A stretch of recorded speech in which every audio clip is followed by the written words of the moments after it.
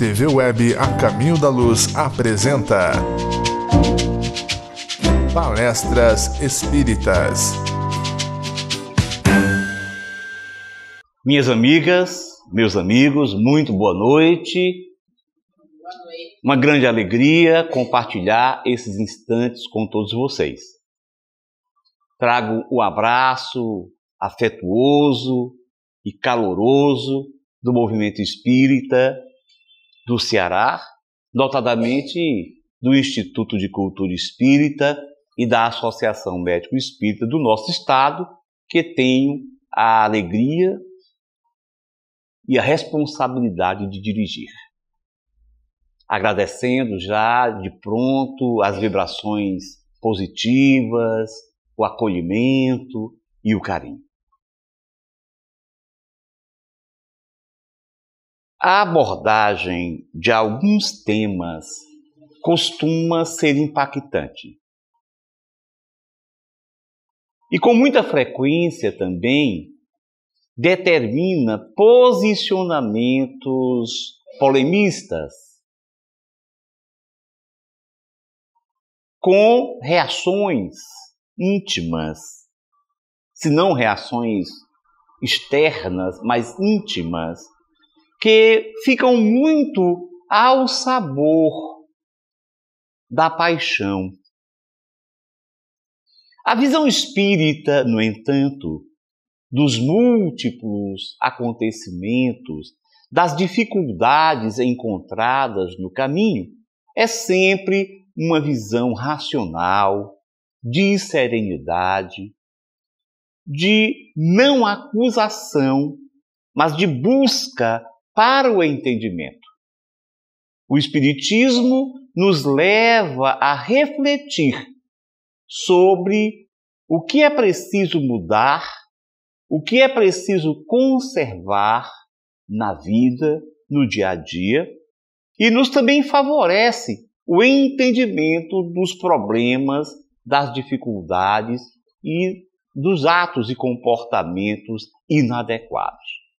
O problema da pedofilia e do abuso sexual na infância e na adolescência é um problema que tem surgido, tem aparecido, tem se manifestado cada vez mais nos últimos tempos. E muitas vezes ele é direcionado pelo desconhecimento. A própria palavra pedófilo, ela pode ser usada de maneiras diferentes de acordo com o enfoque. A mídia, e de um modo geral, as pessoas, quando se referem à questão da pedofilia no cotidiano, entendem que o pedófilo é qualquer pessoa que utiliza uma criança ou uma adolescente para satisfazer os seus anseios, as suas fantasias, os seus desejos sexuais. Mas do ponto de vista médico, psiquiátrico, a pedofilia é uma doença, é uma enfermidade. A palavra vem do grego, que significa literalmente uma afinidade por crianças, ao pé da letra. Também porque dependendo do país, existe uma ação, uma possibilidade, uma permissão para a relação sexual entre adultos em determinadas faixas etárias. Nos Estados Unidos, a faixa etária é mais elevada. No Brasil, é mais baixa.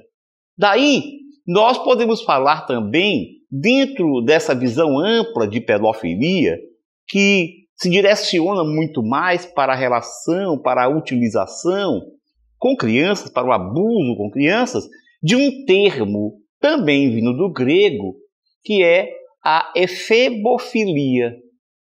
seria a utilização de adolescentes para o prazer, para a satisfação sexual. Esse termo efebofilia seria um termo para mulheres e homens. Também pode se chamar de ebifilia, que é uma palavra que começa com H, muito pouco usada, muitas pessoas nem sabem que o profissional médico que cuida de adolescentes, ele é exatamente um ebiatra. Então, esse termo ebi significa pessoas nessa fase da vida. Quer dizer, pré-púberes e pós-púberes. Quer dizer, nessa faixa próxima à puberdade.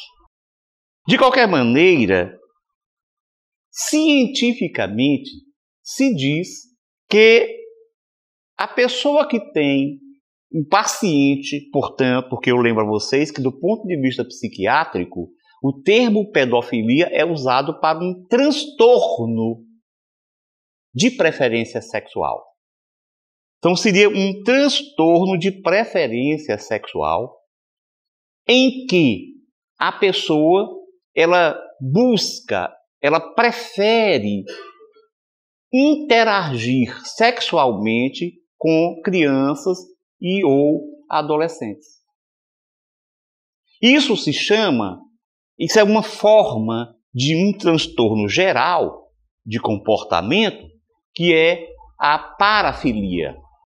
As parafilias são transtornos em que a pessoa passa a não ter um comportamento sexual que se pode considerar dentro do comum. Normalmente se afirma que o sexo ele é utilizado com objetivos de prazer, de afetivos e ou de reprodução com adultos vivos. Agora, as parafilias é quando a pessoa, o próprio termo parafilia significa aquele que tem preferência, que tem afinidade pelo que está à parte, ou seja, o que não é comum. Então, existem vários tipos de parafilias que podem, inclusive, se somar. A pessoa pode ter mais de uma parafilia. Por exemplo, o exibicionismo. Pessoas que têm prazer em exteriorizar a genitália, os órgãos sexuais, em público. E interessante é que essas pessoas, muito frequentemente, o prazer delas é mostrar a genitália. Elas não partem para uma ação sexual, para uma interação sexual. O voyeurismo, que é também uma outra forma, que prefere, se excita, porque essa é a questão. É quando a pessoa, para ter excitação sexual, ela tem a necessidade de ter aquele comportamento. Então, há pessoas que só se excitam, ou frequentemente se excitam sexualmente, se virem, por exemplo, pessoas trocando de roupa, ou outras pessoas também tendo uma atividade sexual. E assim você vai tendo vários tipos de parafilia, inclusive a necrofilia, que são pessoas que só se excitam numa relação, numa interação com o cadáver. Então, a pedofilia é um dos mais comuns tipos de parafilias. E se caracteriza porque, além da preferência, além de a pessoa quase que praticamente necessitar daquele tipo de comportamento para a sua excitação sexual, ela passa a ter também um certo impulso. Ou seja, é uma coisa que precisa ser repetida. Além de ser frequente, ela tem uma necessidade de repetir aquele comportamento. Então, a pedofilia é um transtorno, portanto, de preferência sexual e que é incluso dentro desses estudos, dessas classificações dos transtornos sexuais, como sendo uma parafilia. Apesar de que os dois maiores classificadores das doenças psiquiátricas, um é o Código Internacional de Doença, que já está na sua 10ª edição, e a cada edição eles mudam alguma coisa, que é internacional, que é utilizado pela Organização Mundial de Saúde, e o outro que é o Manual de Diagnóstico de Transtornos Mentais, construído pela Associação Psiquiátrica dos Estados Unidos, psiquiatras norte-americanos, que é o chamado DSM, que está na sua 4ª edição. Está sendo mudado agora. Então, esses termos, apesar de que o CID não fala exatamente parafilia, usa o termo mais transtorno de preferência sexual. Então, para se dar um diagnóstico, é preciso ter alguns critérios. Além do critério de que a pessoa só se excita, no caso do pedófilo, com a presença de crianças, ou seja, em relação a uma criança, além desse critério, de se eleger a criança como necessária para a sua excitação sexual, há, portanto, uma preferência disso, é preciso que isso, primeiro, já aconteça há pelo menos 6 meses para se dar um diagnóstico assim. Depois, que existe uma repercussão, um prejuízo nas relações sociais do doente, do enfermo. Ou seja, esse tipo de comportamento começa a prejudicá-lo no dia a dia. E um outro critério é que ele precisa ter acima de 16 anos. Ou seja, ser um adulto que busca uma criança para satisfação sexual, ou ser um adolescente de 16 anos, mas que aí, pelo menos, exista uma diferença do pedófilo para a criança de pelo menos de mais de 5 anos. Por exemplo, se um adolescente aí na faixa de 17, 18 anos tiver um relacionamento único, uma interação com alguém jovem de 12 anos e tiver uma relação sexual, isso não faz dele um pedófilo. Mas se ele tiver preferência por crianças que estejam mais de 5 anos abaixo da sua faixa etária, já se pode pensar em pedofilia. E é bom lembrar que esse problema ele está presente em 75 a 80% na família. Então, os abusos na infância, eles acontecem preferencialmente no lar. E os principais abusadores, vocês vão ver que daqui a pouco eu vou começar a fazer uma diferença entre pedófilo e abusador e molestador, e vou falar do pedófilo abusador e do pedófilo molestador, que também pode ser, mas principalmente acontece com o pai. Porque, embora as mulheres também possam abusar sexualmente, possam ser pedófilas ou abusadoras, molestadoras sexuais de infância e adolescência, são em menor número. A maioria dos pedófilos são do sexo masculino. E como acontece a maior parte dos abusos na própria família, 75 a 90% acontece na família, o principal abusador é o pai. Depois nós temos os irmãos, tios, padrastos e vizinhos. É mais ou menos por essa ordem. Porque as crianças abusadas em casa preferencialmente são crianças do sexo feminino. Os meninos também podem ser abusados, mas no lar é mais comum que as meninas sejam abusadas. Quando o abuso sexual acontece fora do lar, extrafamiliarmente, então os meninos já começam são mais frequentemente abusados. Uma coisa interessante, não necessariamente, dentro do lar, um abuso sexual faz do abusador um pedófilo. Porque, eu repito, para que você possa caracterizar uma pessoa como pedófila, é necessário que ela preferencialmente busque crianças. Quer dizer, que a sua excitação sexual aconteça com crianças. Pode ocorrer de nós termos abusadores que não se enquadram nesse perfil. Por quê? Porque pode acontecer que um abusador seja um abusador regressivo.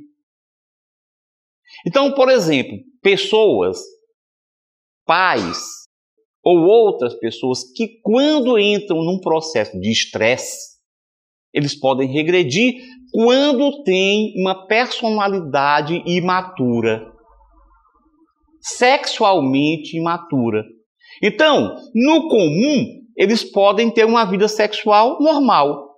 Quer dizer, podem ser casados, podem ter a vida sexual com a esposa normal, mas são pessoas que têm uma imaturidade dentro da construção de sua personalidade. Vocês lembram, que já devem ter ouvido falar, que o Freud, Sigmund Freud, o grande psicanalista austríaco, o pai da psicanálise, ele diz o seguinte, que a construção da personalidade ela é do tipo psicossexual. E que toda criança passa por fases onde predomina uma zona erógena, uma zona de prazer. É por isso que ele fala, o primeiro impacto que o Freud causou foi dizer que a criança é um ser sexuado. Porque até então, a época dele, antes dele, ninguém pensava assim. Ele disse que a criança é um ser sexuado. E ela é o que ele considerava, na sua opinião, o chamado perverso polimorfo. Porque ele entendia assim, que havia uma perversão na busca, na eleição de zona erógena. A criança, bebezinho, ela tem maior prazer com a boca. Então, ela passa por o que ele chama de fase oral. Depois que ela vai crescendo, que ela começa a amadurecer fisiologicamente e tem condições, por exemplo, de controlar as fezes e a micção, ela vai para uma outra fase que eles chamam de fase anal, porque a criança teria prazer em segurar as fezes, reter as fezes, para poder interagir com os pais. E aí ele vai para a fase fálica, em que a criança já se, digamos, erotiza manipulando a genitália.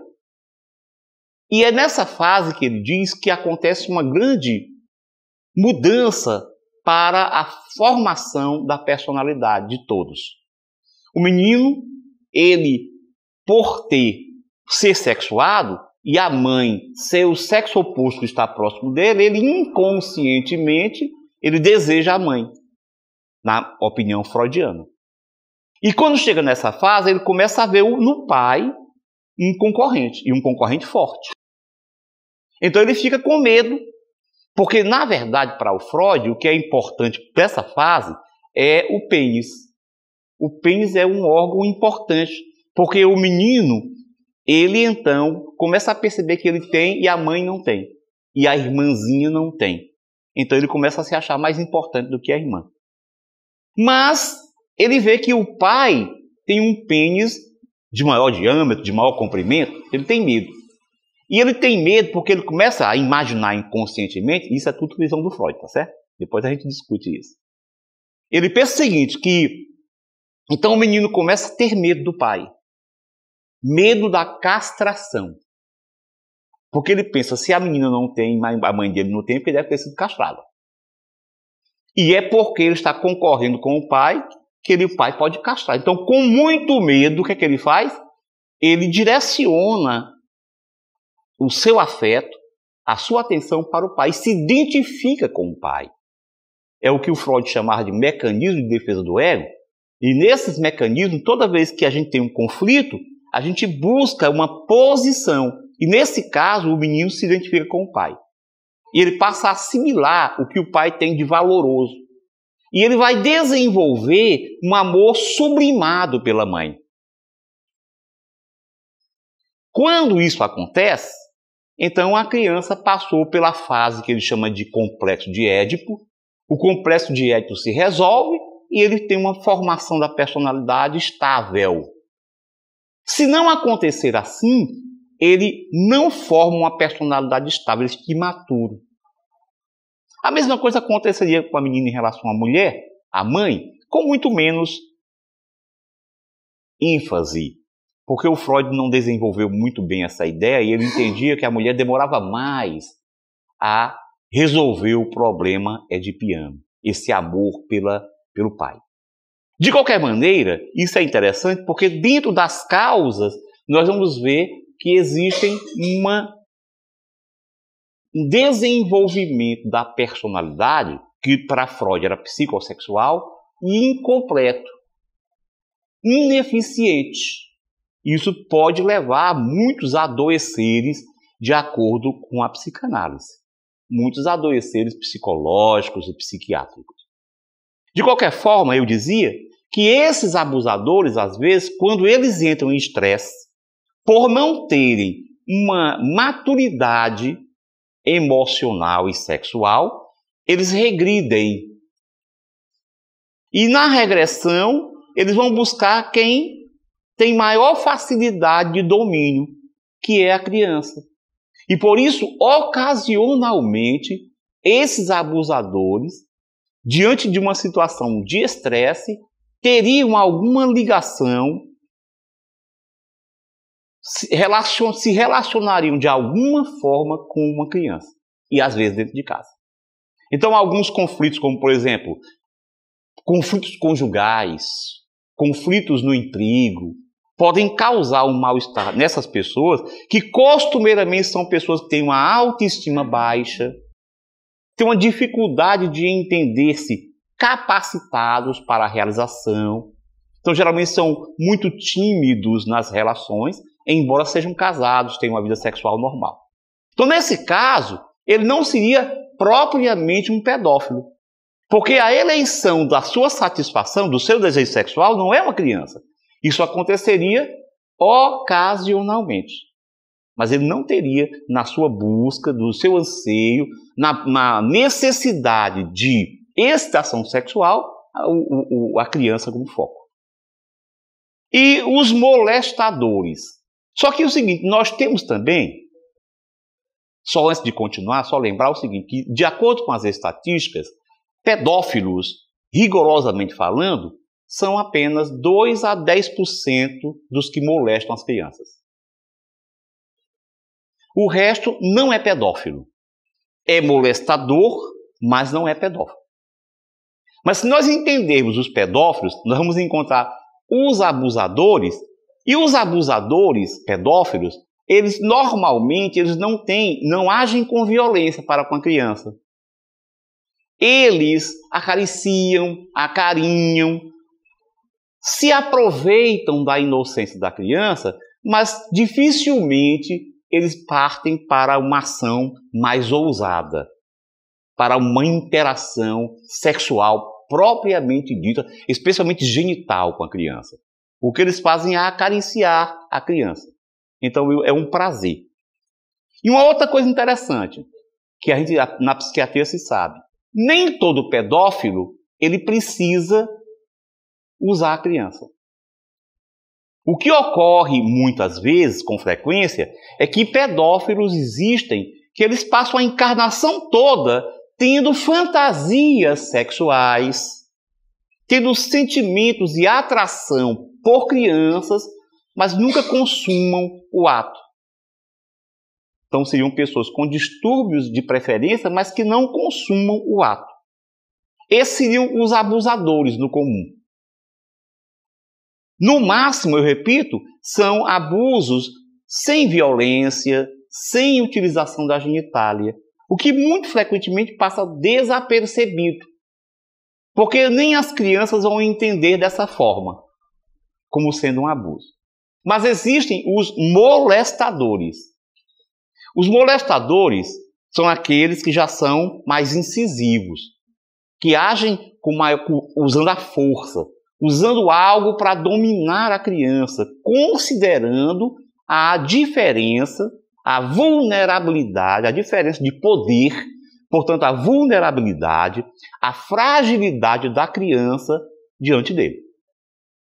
Então, esses podem ser divididos em molestadores ocasionais e molestadores estruturais ou preferenciais.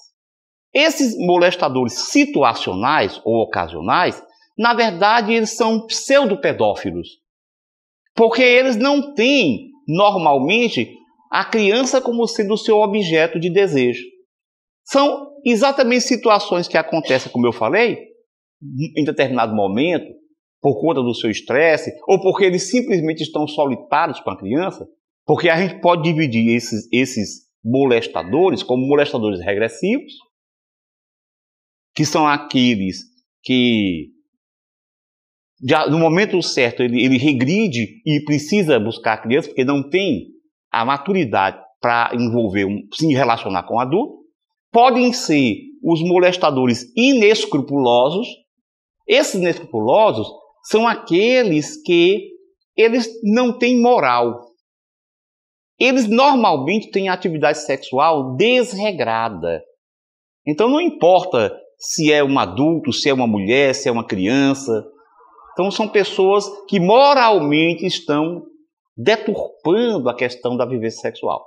Então esses seriam os molestadores inescrupulosos. E teriam os inadequados, que seriam pessoas mais violentas, que normalmente estariam com alterações psiquiátricas, psicológicas. Os outros, os molestadores, e na verdade são os estruturais preferenciais, como eu falei, são os pedófilos, molestadores preferenciais ou estruturais. Esses não. Esses são os verdadeiros pedófilos, que têm realmente uma necessidade de buscar para a estimulação sexual o contato, a interação com a criança. Então, nós podemos ter, por exemplo, os molestadores que são sádicos. Eles normalmente, eles buscam a criança com violência, acabam às vezes, dependendo do tipo deles, até causando grandes dificuldades e até lesões importantes e muitas vezes até matando a criança. Tem os sedutores, que são os molestadores que buscam, que preferem as crianças, mas eles se utilizam de artifícios, usam balas, presentes, dizem palavras para envolver as crianças, até conseguir o contato. Normalmente, esses pedófilos, eles acabam chegando realmente a uma interação sexual. Muitas vezes, eles preferem a relação vaginal e, às vezes, oral.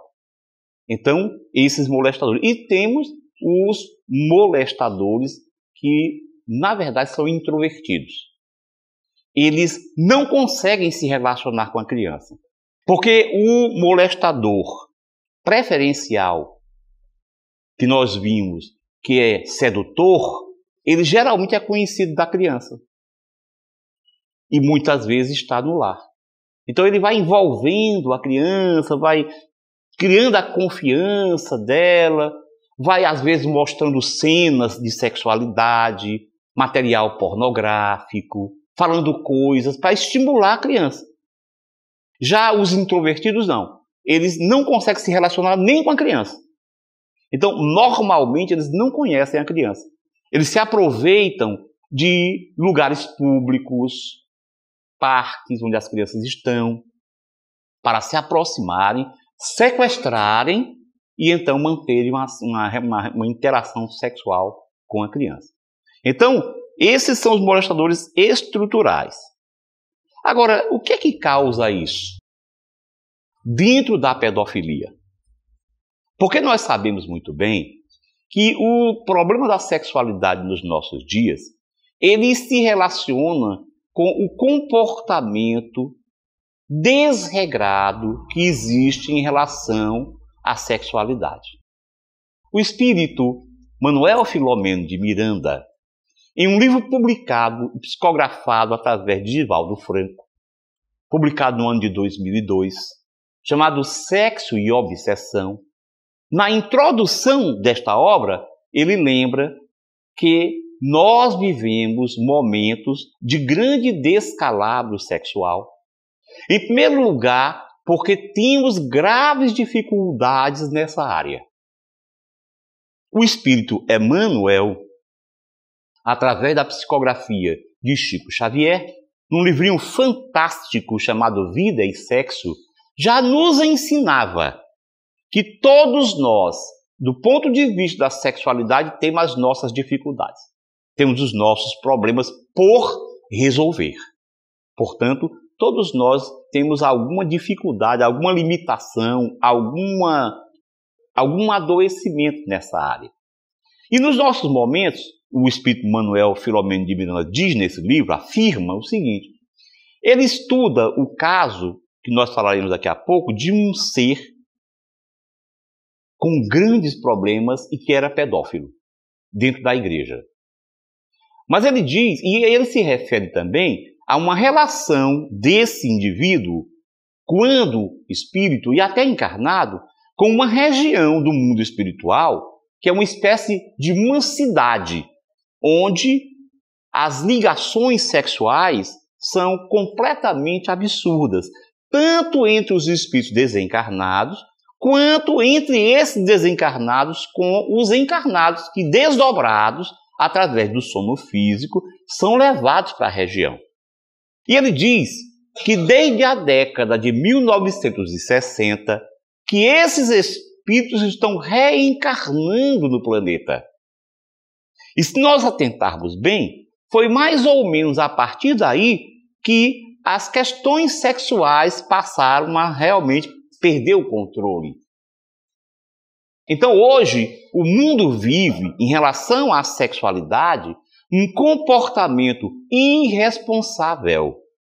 Um comportamento em que não se trabalha a sexualidade dentro das suas necessidades e dos seus objetivos. Quer dizer, boa parte das pessoas do nosso momento, no mundo inteiro, boa parte só quer da sexualidade o prazer pelo prazer. Mas nós sabemos bem, estudando o Livro dos Espíritos e a obra de Allan Kardec, coordenando os ensinamentos dos espíritos elevados, nós sabemos que o sexo ele tem uma função destacável dentro do nosso processo evolutivo. Então o Espiritismo não tem uma posição de pieguismo, não tem um pensamento de sexo pecaminoso mantido por muitas religiões tradicionais. Não. O Espiritismo considera o sexo um instrumento dado por Deus para o nosso crescimento anímico. Mas é preciso que utilizemos esse instrumento de forma adequada. E a forma adequada é exatamente, além daquela função básica, primitiva, para todos os seres biológicos sexuados, de reprodução, de favorecer a internação de espíritos desencarnados da dimensão física, além dessa função básica, geral, uma função afetiva. O sexo é o instrumento que nos aproxima e faz com que, através de uma interação interpessoal, na construção de vínculos afetivos, no assumir de responsabilidades para com a vida, o espírito aprenda, desenvolva a capacidade de amar. Tem um espírito que escreve em O Evangelho segundo o Espiritismo, no capítulo 11, que lembra, falando sobre a lei do amor, que ele diz: no começo o homem só tem instinto, depois tem sensações.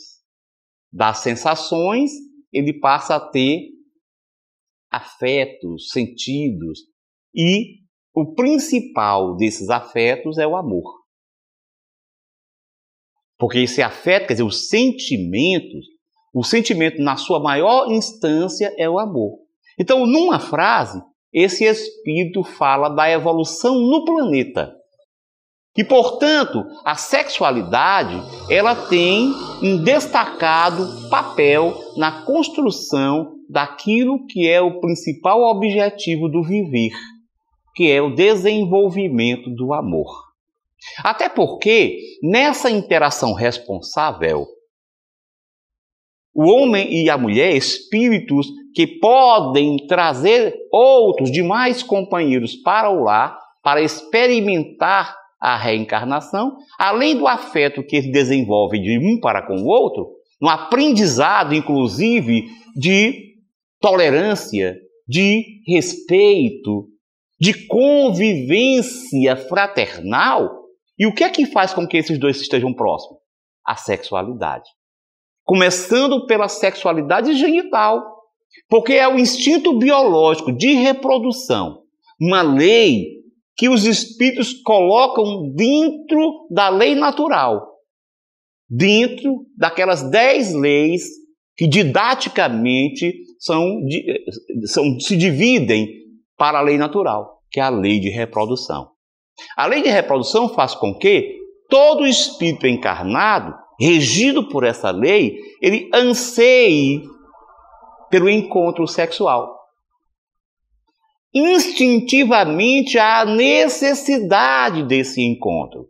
Mas o objetivo, já que nós temos inteligência, já que nós estamos desenvolvendo os sentimentos, é dar um destaque para essa produção de sentimentos, ou seja, para a chegada paulatina na condição de capacidade de amar.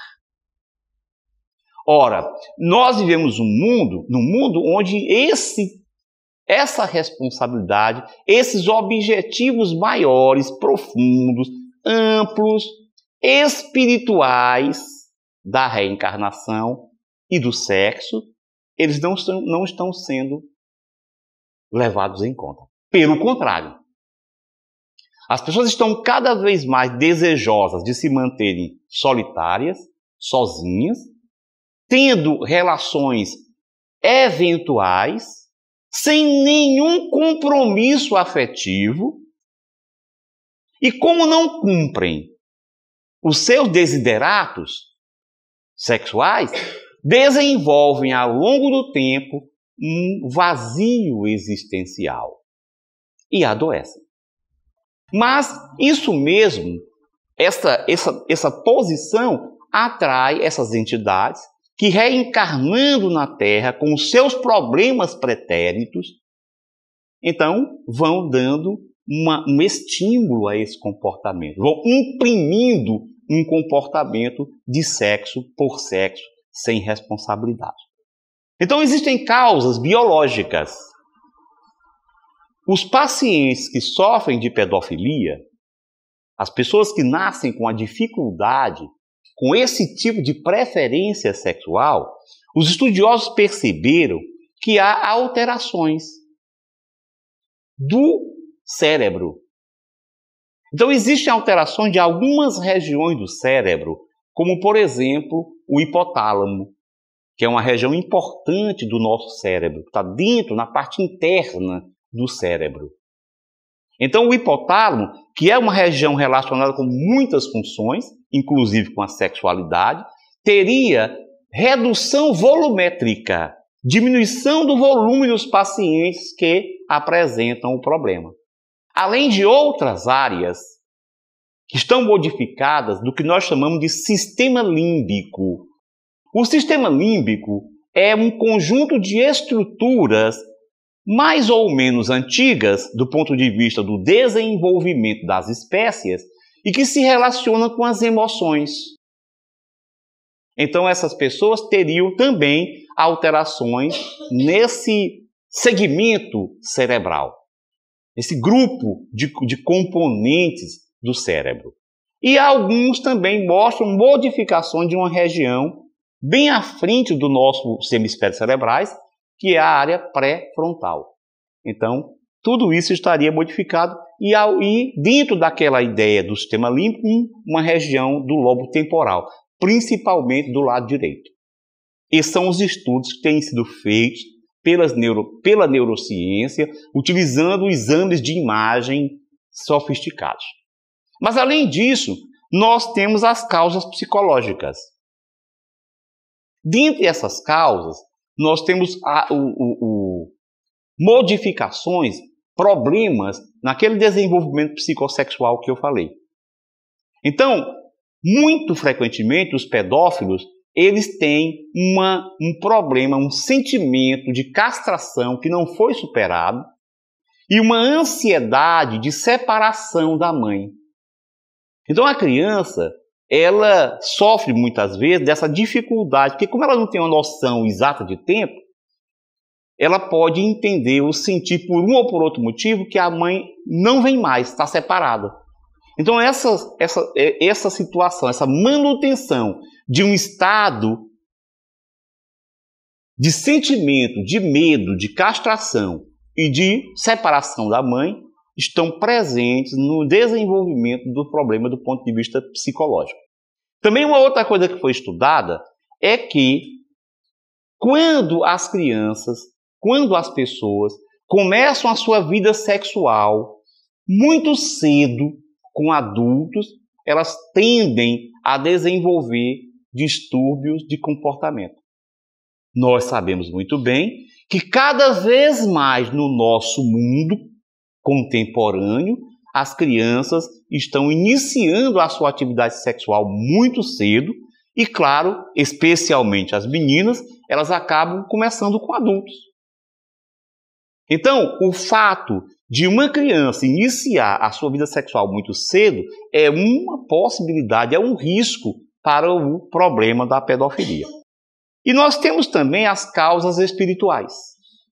Ora, um espírito desregrado em outras encarnações e que surge nessa encarnação, ele tem uma herança dele mesmo. Então, esses problemas sexuais que nós vimos, que todos nós temos, alguns os têm em maior monta, com muito maior condição, maior complicação.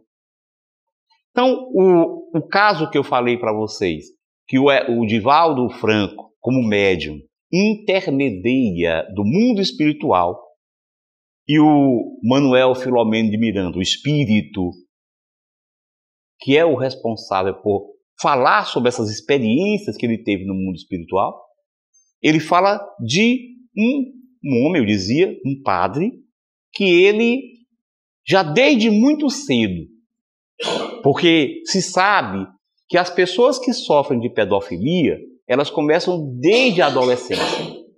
Desde a adolescência, a sua preferência é por crianças.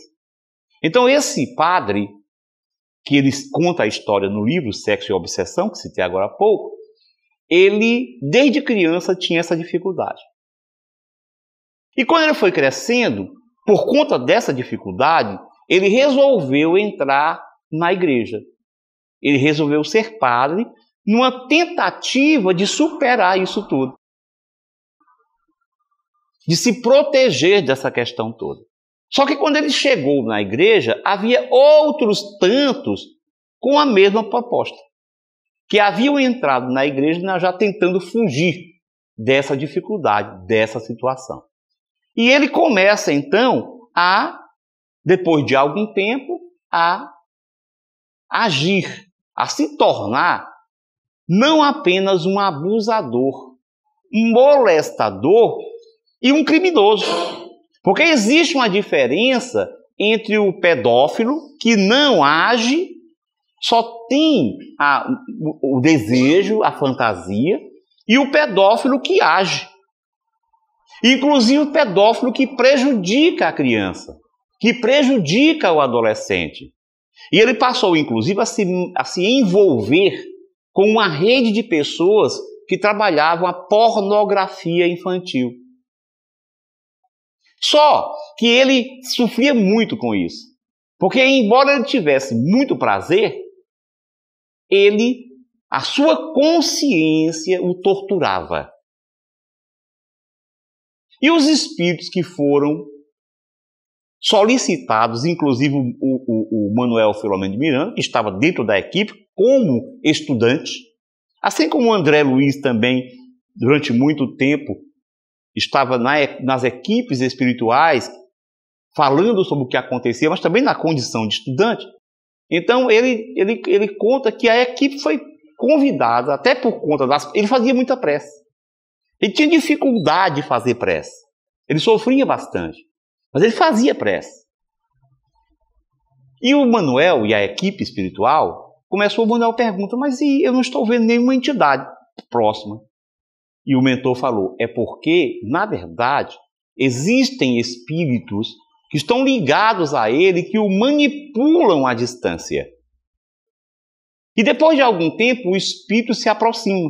Quando ele estava nessa crise toda, tentando orar e tudo mais, o espírito se aproxima dele. E começa a envolvê-lo, a instigá-lo, a maltratá-lo. E quando ele dorme, porque o espírito leva ao sono, ele vai para aquela região que nós falamos de uma cidade, onde havia com frequência festas bacanais, ligações sexuais com desvios os mais profundos, os mais difíceis. Ele é levado para lá. E aí se locupleta com aquilo tudo, porque ele tinha uma ligação com o problema.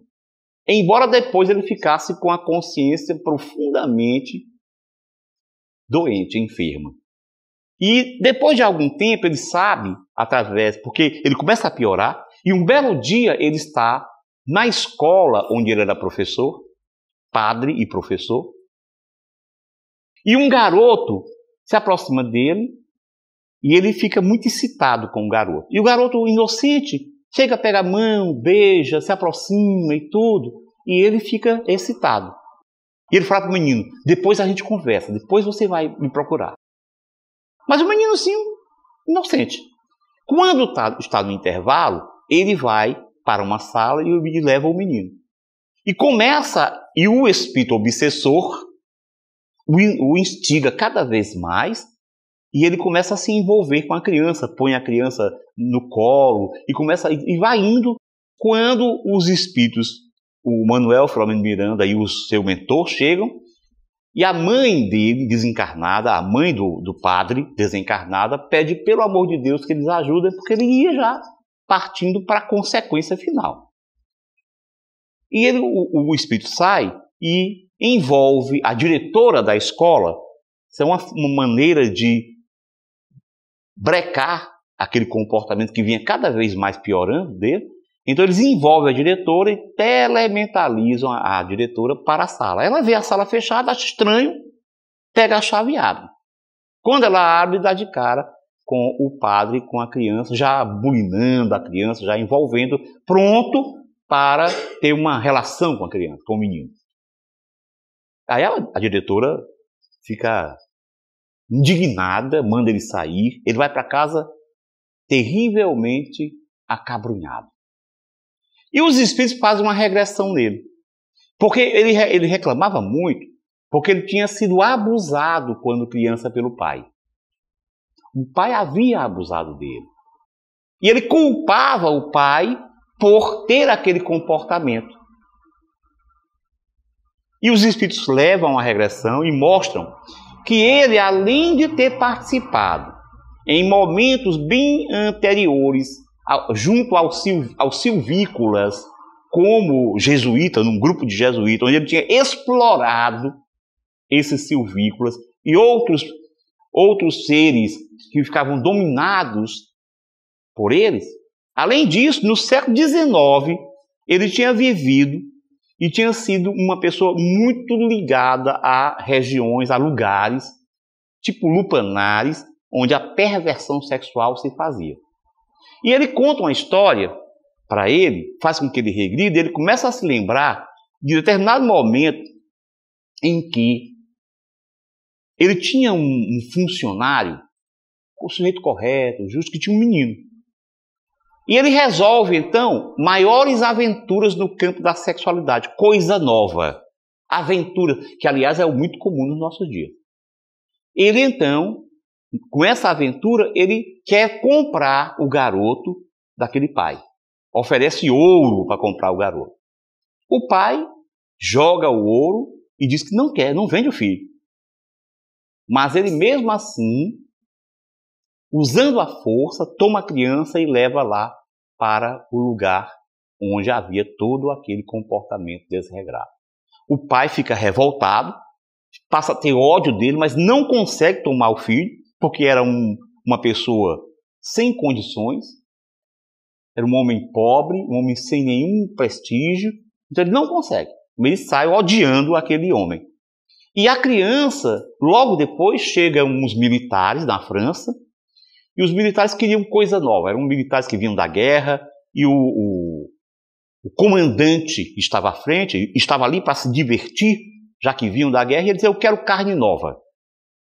E a dona do lugar, da casa, resolve então pegar aquele menino que tinha sido trazido por ele e levar e entregar o menino para os militares. Pois ele fala assim, você sabe quem é esse menino? O menino era o obsessor dele atual.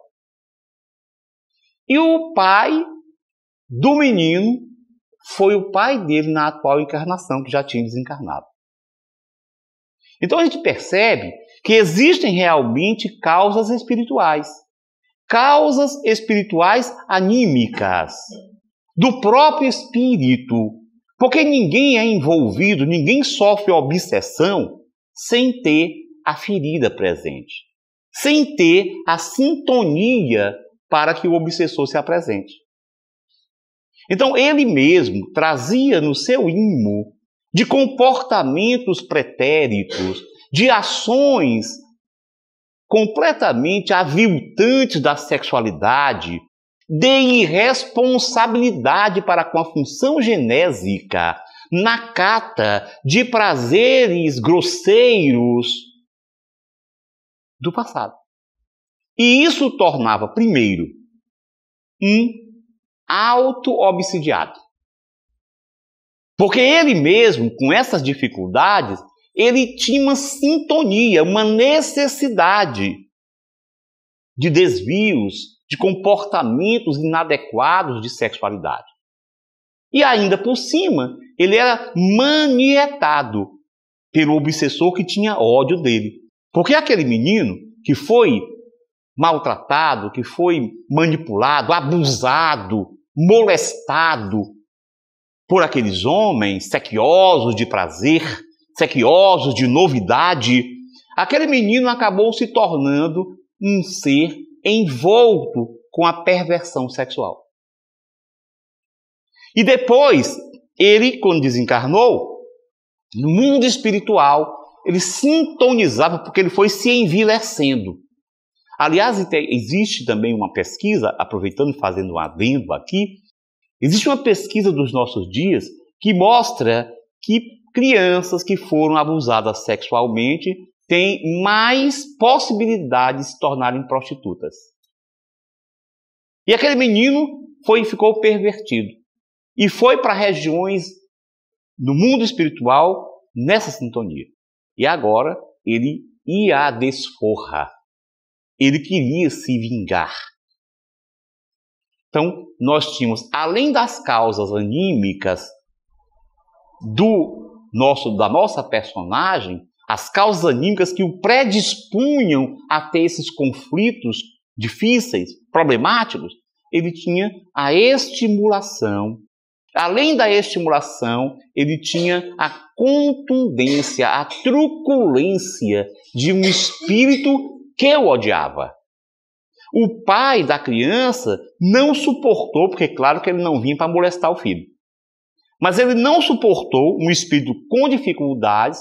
Os dois tinham nascido como pai e filho, é óbvio, para se reequilibrarem, para restaurarem aquela relação problemática. Mas o espírito que veio como pai não conseguiu superar. e então molestou o próprio filho. Então nós estamos vendo que as causas espirituais, elas são, na verdade, as principais causas do problema. Por que nem todo mundo que sofre um abuso sexual se tornará um pedófilo? Porque depende do espírito. A mãe desse personagem diz assim: meu filho, você não tenha ódio do seu pai, porque você não nasceu para ter ódio, você nasceu para superar tudo isso. Mas ele não conseguia superar. E o obsessor se aproveitava, claro. Ele mantinha a sintonia, o obsessor então se aproveitava. De tal maneira que nós não temos nada que aconteça de graça. Nada é por coincidência. Nada se faz ao acaso. A nossa história está sempre presente na atualidade, na vigente encarnação. É óbvio que nós não é uma coisa determinista. Nós podemos superar as nossas relações a depender da nossa própria vontade, do nosso próprio desejo de superação. Mas às vezes é muito forte e requer inclusive tratamento. Também dentro do diagnóstico diferencial da pedofilia existem outros transtornos mentais que podem fazer com que a pessoa, o espírito, não tenha noção dos seus atos. Então nós podemos ter dentro do diagnóstico diferencial alguns transtornos, como por exemplo, esquizofrenia, podemos ter transtorno de personalidade, borderline, antissocial, que levaria aquela pessoa, pelo seu descalabro mental, pela sua incapacidade de julgamento, ter essa maneira de se comportar. Além do que, psicopatas, quer dizer, espíritos com graves problemas mentais. O psicopata é aquele que não está preocupado com o sofrimento alheio porque ele não tem sentimentos. Ele não é capaz de desenvolver sentimentos em relação e empatia em relação ao que sofre. Então ele maltrata, ele perverte a lei, ele machuca as pessoas, mas para ele aquilo é perfeitamente normal. Então esses espíritos não são, na verdade, pedófilos. Eles são pessoas pervertidas, perturbadas e que podem interagir sexualmente, maltratar, machucar outras pessoas, independentemente de serem crianças ou adultos. Como acontece, por exemplo, com as mulheres. As estatísticas mostram que cerca de 1/4 das mulheres já sofreu algum abuso sexual na vida. 25% de todas as mulheres do mundo já sofreram algum tipo de abuso sexual ao longo da sua existência. E as estatísticas mostram que 13% das crianças, notadamente meninas, sofreram abuso sexual na infância. Para que a gente possa compreender que é muito mais frequente o problema do que o que nós pensamos, do que o que nós imaginamos.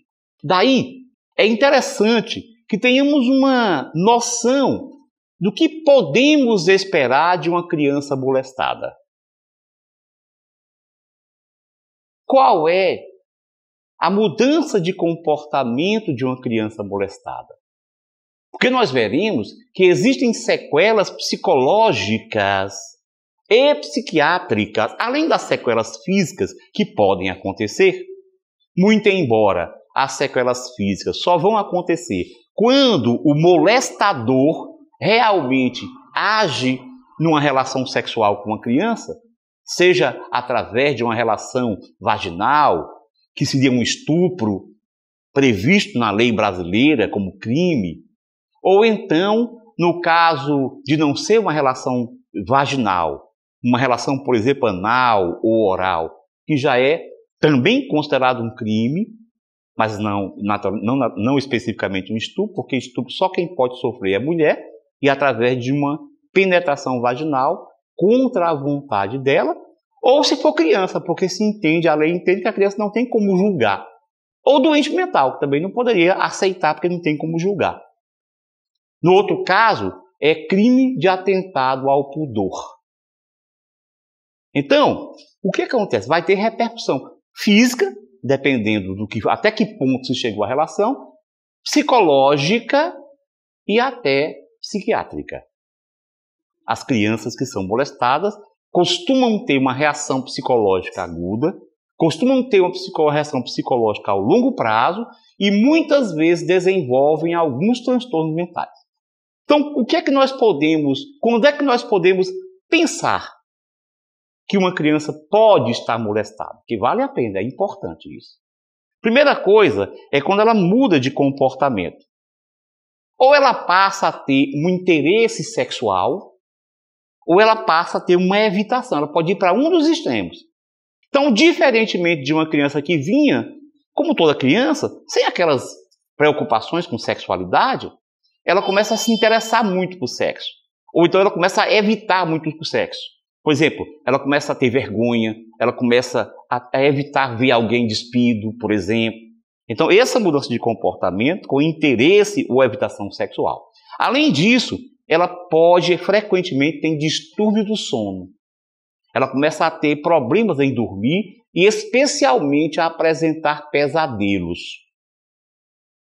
Também nesse distúrbio de comportamento, a criança fica agressiva, pode começar a ficar rebelde.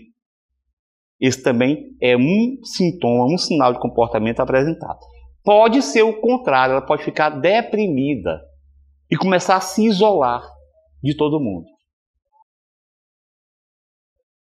Terror e medo de pessoas, especialmente do sexo masculino, se for uma menina, e nós vimos que os homens são em muito maior frequência que abusam das crianças. Então, ela pode ter terror e medo de pessoas. Ela, de uma hora para outra, imagina, ela vinha bem e começa a mudar o comportamento com essas características. Outra coisa, ela começa a ter uma sensação de corpo sujo ou contaminado. Porque pensa que aquela relação sexual a tornou suja, contaminada, e ela não consegue se limpar. Então é uma outra ideia. E uma preocupação com a genitália. Do ponto de vista físico, você pode encontrar, por exemplo, algumas inflamações na genitália, pode encontrar algumas alterações inflamatórias também na região anal. Então, são coisas que você pode encontrar. Mas esse comportamento, pelo menos parte disso, deve alertar para a possibilidade. Claro, você não vai dizer assim, então é porque está acontecendo. É preciso ficar atenta. Deve ter alguma coisa. E pode ser uma ação, um comportamento sobre isso. Na revista Veja, do ano de março de 2009, de onde eu retirei aquela figurinha da frente, que vocês estão vendo aí em cima, na parte mais superior, ali tem uma bonequinha que estava na página inicial da apresentação.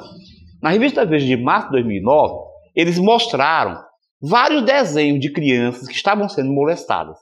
Percebam que nesses desenhos que vocês estão vendo aí, há sempre uma preocupação com a questão da genitália.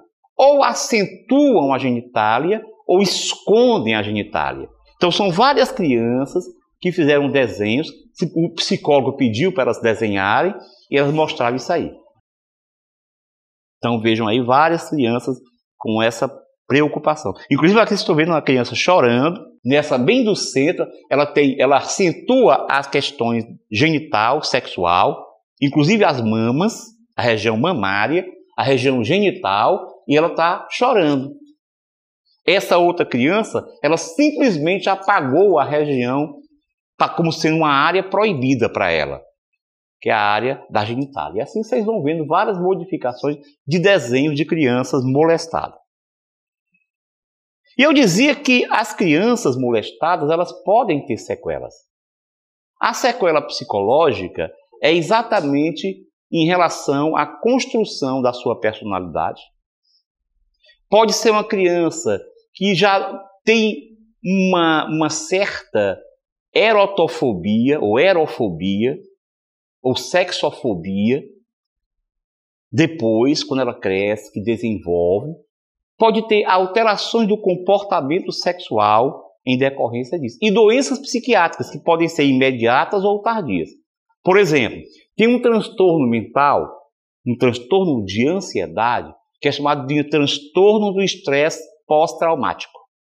É muito frequente que crianças que foram molestadas, elas desenvolvam esse tal do transtorno do estresse pós-traumático, que costumeiramente se relaciona com uma certa depressão, quer dizer, uma redução do humor, um entristecimento e medo de alguns lugares, e ela começa a ter pesadelos e repetir na mente a vivência dolorosa, a vivência do estresse. Mas nós temos também sequelas neurológicas. E os estudiosos hoje mostram que quando a gente tem uma ativação de um sistema relacionado com o estresse, que é o sistema hipotálamo, hipófise, adrenal, quer dizer, quando há uma relação entre aquela região do cérebro, que é o hipotálamo, uma região que coordena também as glândulas endócrinas, e a glândula suprarrenal, com produção de hormônios do estresse, como noradrenalina, adrenalina, cortisol. E se você mantém esse estresse por mais tempo, você vai ter modificações neuroquímicas, quer dizer, da função dos neurônios e até mesmo macroscópicas. Então você vai ter modificações, por exemplo, no hipocampo, na área pré-frontal, que eu falei já agora há pouco. Então a criança passa a ter realmente alterações que levam a um mal-estar, um sofrimento. Já o molestador, ele normalmente vai variar um pouquinho, porque nós vemos que existem vários tipos de molestadores. Tem tanto o molestador, que é aquele sujeito isolado, de pouca inteligência, que não tem medo de interagir com as pessoas, até o inteligente, com um emprego bom, mas que ele sempre deixa uma pista da interação e da preferência por criança. E aí vem a questão clássica, quando se fala do assunto. Eu falei no começo que, em geral, quando a gente fala sobre pedofilia, há uma tendência de as pessoas irem para o extremo. A nossa lei, a lei brasileira, ela é muito clara. E reforçada pelo Estatuto da Criança e do Adolescente. Então, quem abusa de criança, que é formalmente notificado, vai ser julgado, recebe prisão. Pode ser apenado. Claro que ele vai ser julgado, como qualquer outro criminoso. Mas nós vimos também que existe um percentual de pessoas que é doente de pedofilia. Aí vem a grande questão, que ainda hoje existe no mundo inteiro. Essas pessoas devem ser apenadas ou devem ser tratadas? No mundo inteiro, a tendência é de fazer as duas coisas. Elas recebem uma pena, isso varia de país para país. Chega em alguns países, essas pessoas são impedidas de ter contato com criança, de ter contato com a internet, até de ter contato com brinquedos. Nos Estados Unidos, se utiliza também o que se chama de castração química, que é usar uma medicação antiandrogênica. Porque vocês sabem que a testosterona é o hormônio masculino e que é responsável pela libido. É a presença da testosterona que confere aquele desejo sexual. Então, nos Estados Unidos, em alguns lugares, esses pedófilos, que são estruturais e com repercussão, com ação negativa sobre criança, porque muitos desses pedófilos atingem várias crianças na vida, 200 crianças, até mais crianças na vida inteira, que são prejudicadas, e que um belo dia é que isso vem à tona. Porque, no geral, eles conseguem superar, eles conseguem esconder, por vários motivos. Por conta de questões da própria criança, de questões da própria família, isso faz, e da maneira como eles agem. Então, mas um dia descoberto, e pode acontecer a chamada castração química, onde eles são obrigados a fazer um tratamento com uma medicação antiandrogênica, antitestosterona, para que eles possam não mais ter libido. No Brasil, isso não é permitido. No Brasil, ainda se usa o mecanismo legal de prisão e os tratamentos, especialmente tratamentos psicoterápicos. Um deles, que é muito usado, é a chamada terapia cognitivo-comportamental, onde o pedófilo vai ser acostumado, preparado na modificação dos seus comportamentos, seja porque quando ele é levado a ter uma excitação com a criança, ele sofre um mal-estar.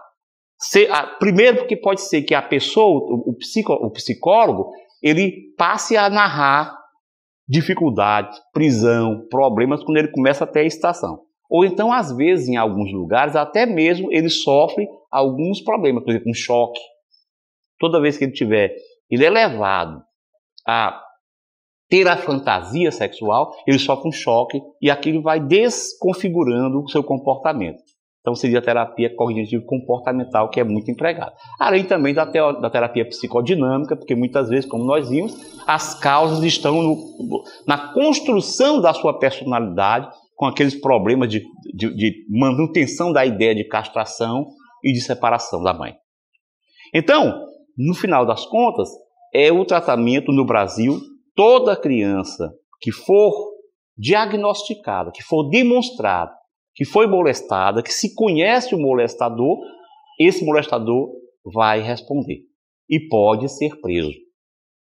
E, através do Estatuto da Criança e do Adolescente, todos somos responsáveis por notificar casos de pedofilia. E os que souberem e for comprovado que sabiam e que não notificaram, receberão também a sanção penal. Serão penalizados. Como normalmente os profissionais é que recebem as crianças, eles têm a obrigação de notificar. A notificação, portanto, é compulsória, é obrigatória. Muitas vezes eu dizia, a criança, há uma conivência da manutenção da ação do pedófilo. Como eu falei para vocês, a maior parte acontece dentro de casa, e então a mulher passa a mão, às vezes até acha que a criança que é responsável, que é ela quem induz, porque esse é um outro mito que foi criado. O próprio pedófilo se vale disso. Não, mas foi ela que me estimulou. Foi ela que se insinuou para mim. Por isso que eu perdi a minha capacidade. Afinal, eu sou homem. Essa ideia de ser homem, de por ser homem, pode simplesmente se deixar levar pelo instinto, que é um absurdo. Mas muitos homens pensam isso, pedófilos pensam assim. Há quem diga até assim, não, eu estou ajudando, porque eu estou favorecendo ela a aprender questão de sexualidade. Então os pedófilos, eles racionalizam. Muito comumente eles racionalizam, que é um mecanismo de defesa que você justifica o injustificável.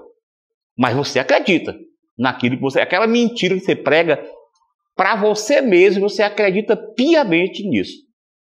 Então, muito comumente, existe uma manutenção porque as pessoas são coniventes. Até a própria criança é conivente, porque tem medo, porque não sabe o que está acontecendo. Então, diante de uma criança com suspeita de molestar, de ser molestada, é preciso ter condutas que amparem a criança. Primeiro, é preciso dar confiança para ela falar, porque ela tem medo de falar. Normalmente, quando a criança começa a dizer alguma coisa, a mãe ou outra pessoa diz, cala, menina, que é isso? Agora fica dizendo bobagem? Então, a primeira, deixa ela falar. Solidariedade e atenção, porque a criança se sente suja, se sente culpada. Muitas vezes, para uma criança maior e um adolescente, sente-se culpado. Acha que a culpa é própria, é sua. Assim como acontece com mulheres que são estupradas, que às vezes também têm a sua cabeça habitada por ideias desse tipo. Porque é colocado assim. Não, o homem estupra porque a mulher também se mostrou, se desnudou e assim por diante. E na verdade, ela pode até ter sido desnudada. Mas homem nenhum tem razão para ter uma agressão com uma violência sexual. Pode até ser que seja inadequado ela usar o que estava usando. Mas ele, mesmo que ela use nenhuma roupa, ele não tem nada para por que ser violento sexualmente. Todos nós temos a capacidade de análise e de controle. Então, solidariedade e atenção. apoio e dissuasão da culpa. Então a família, a mãe, os demais têm que apoiar a criança, tem que fazer com que ela se desligue do pensamento, da ideia de que é culpada pela agressão que ela sofreu. E dar proteção. Dar proteção para a criança. Eu dizia para vocês que a criança não diz, ela acaba sendo conivente ou porque ela é inocente, ela nem percebe que está sendo manipulada, se ela é muito pequena, ou porque ela tem medo. Porque o pedófilo fala, não pode, se fizer você vai sofrer retaliação. Eu faço isso, eu faço aquilo, então a criança tem medo. E o adolescente, a adolescente, especialmente as meninas, são em casas mais bulinadas, elas não fazem por medo e vergonha. Medo e vergonha de ter sofrido aquela violência, do que não vão dizer. Então é preciso que nós estejamos atentos, porque, eu repito, isso é muito mais frequente do que o que se pode imaginar. É muito mais comum nos nossos momentos do que o que se pensa. Os pedófilos, às vezes, os pedófilos estruturais, aqueles que nós vimos que são realmente verdadeiros pedófilos, eles procuram profissões e interação e lugares onde ele possa ter acesso à criança. Então, professores na escola, pediatras, enfim, padres, religiosos, que podem ter acesso à criança. E, às vezes, chegar ao ponto, só para a gente ter uma ideia, que o pedófilo casa com uma mulher que já tem filhos só para poder ter acesso a essas crianças. Então, é um problema muito sério, mas que é preciso, obviamente, já que é um problema espiritual também, é preciso associar o tratamento médico, psicológico e espiritual. Especialmente, às vezes, chegam pedófilos que ainda não consumaram o seu ato e pedem apoio, e pedem socorro, porque tem um arrastamento para a alegação com a criança, mas sabem, entendem que aquele comportamento não é o ideal. É preciso que nós nos lembremos que a criança é um espírito milenar, que traz consigo as virtudes e os defeitos desenvolvidos ao longo das múltiplas experiências reencarnatórias, sendo assim perfeitamente compreensíveis as tendências que apresenta. É, porém, dever dos pais e da sociedade ampará-la e protegê-la na condução dos passos que lhe favoreçam a dilatação das virtudes e a libertação das imperfeições que carrega em seu inconsciente através da educação. Somos nós responsáveis por todos aqueles que estão sob a nossa responsabilidade, seja como pais, seja como familiares, seja como sociedade. E mesmo que as crianças sejam espíritos milenares, com os seus problemas e dificuldades, é o adulto quem é responsável. E é ele que tem que favorecer o desenvolvimento, a superação, o crescimento espiritual através daquilo que os espíritos e Allan Kardec dizem que é o mais importante para a transformação moral da humanidade, que é a educação. Muita paz a todos. Muito obrigado.